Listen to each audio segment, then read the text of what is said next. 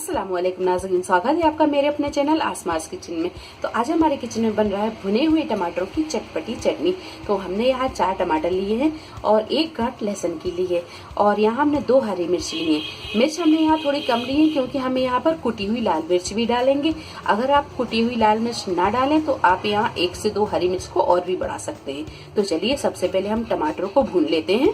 और हमने यहाँ ये सारी चीजों को रख दिया है। अब इसे हम अच्छी तरह भून लेंगे। गैस को हम यहाँ बिल्कुल मद्दा रखेंगे और मध्य फ्लेम पर रखकर ही हम इसे भूनेंगे।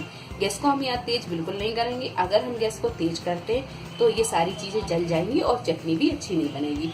तो यहाँ थोड़ी सी पेशेंस की जरूरत होती है। गैस को बिल्कुल आप मद्दा रखें और मध्य फ्लेम पर रखकर ही आप इसे अच्छी तरह भून लें।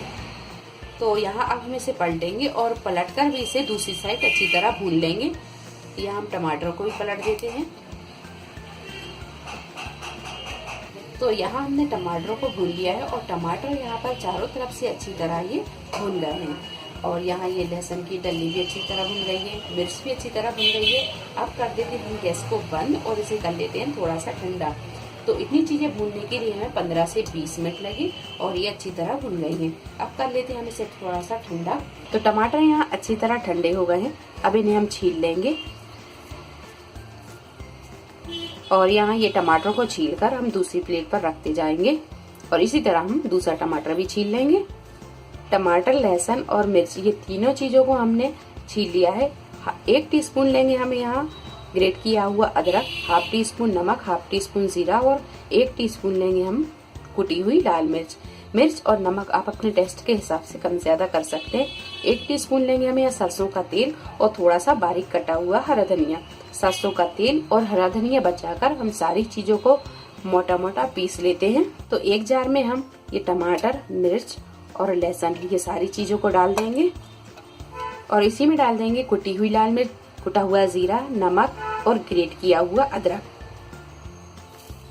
और इसे अब हम मोटा मोटा पीस लेते हैं। तो यहाँ चटनी को हमने मोटा मोटा पीस लिया है। अब इसे हम निकाल लेते हैं। तो यहाँ पर आप नमक और मिर्च को चख लें। अगर नमक और मिर्च आपको थोड़ा सा कम लगता है तो आप यहाँ नमक और मिर्च को मिला सकते हैं। अब डाल देंगे हम इसमें ये सरसों का तेल और डाल देंगे थोड़ा सा हरा धनिया। अच्छी तरह मिक्स करेंगे। तो यहाँ हमने चटनी को थोड़ा सा दरदरा ही पीसा है क्योंकि भुनी हुई चटनी थोड़ी सी दरदरी अच्छी लगती है। हरा धनिया हमने यहाँ काट कर ही डाला है। अगर हम इसे पीस कर डालते तो इसका कलर हरा हो जाता। तो लीजिए चटपटी मजेदार ये चटनी बनकर तैयार है। उम्मीद है आपको हमारी ये रेसिपी पसंद आई होगी। रेसिपी पसंद आई तो इसे लाइक और शेयर करें, मेरे चैनल को सब्सक्राइब करें। तो अगली एक नई रेसिपी के साथ फिर हाजिर होते हैं। तब तक आप अपना ख्याल रखें। अल्लाह हाफिज।